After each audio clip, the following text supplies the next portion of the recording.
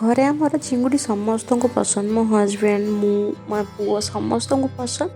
तो प्राय टाइम घरे चिंगुड़ी हुए ही।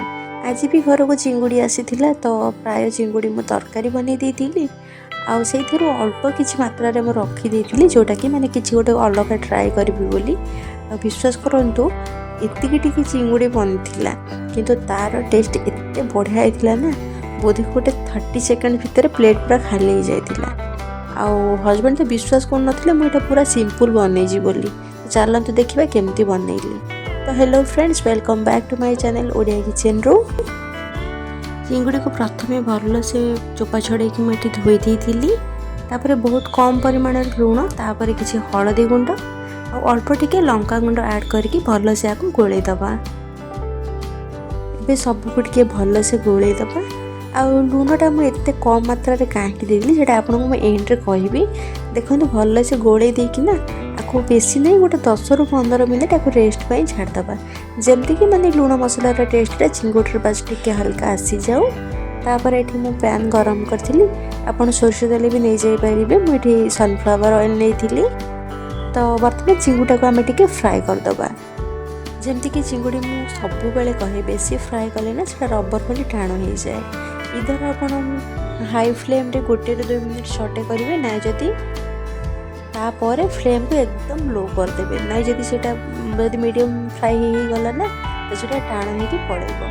देखो बस 1 ରୁ 2 मिनट मुझे सटे करदे।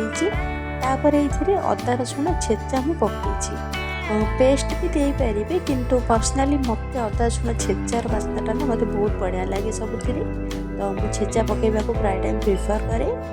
ये देखो अदा रसुण छेचा मुझे पकई या भी ना माने मसला को भी सब बस 30 to 1 मिनट आम सटे कर। ये कंचा पियाज देखो पकई।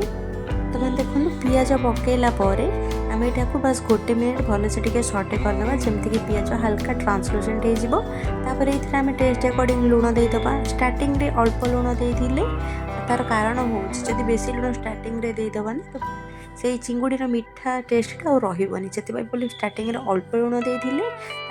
ये ब्लैक पेपर पाउडर आउ गार्लिक पाउडर अल्प देती। ये माने कलर पाई बोली अल्प काश्मीर चिली पाउडर ऐड होता।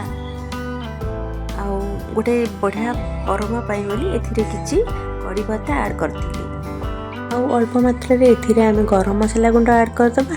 ता सह एंड रे ना कि टेस्ट पे आम चीनी एथिरे ऐड करबा। चीनीटा को जमारो मिस करेंगे ना, यहाँ तार टेस्ट ना बहुत बढ़े था। थे आपण मैंने ट्राए करते आ मत कमेंट करके निश्चय जनइबे आपको केमती लगिला। हार्डली गोटे 10 मिनट लगी बनवाई तो थे निश्चय बन की ट्राए करेंगे। जदि वीडियोटी भल लगी आपको तो प्लीज़ लाइक शेयर सब्सक्राइब करदे। और जदि फेसबुक पेज रे देखुछन तो फॉलो करने को जमार भूलें। पुणी देखा नेक्स्ट वीडियो रे किसी गोटे नुआ रेसिपी सह। से पर्यंत रहुछि। जय जगन्नाथ।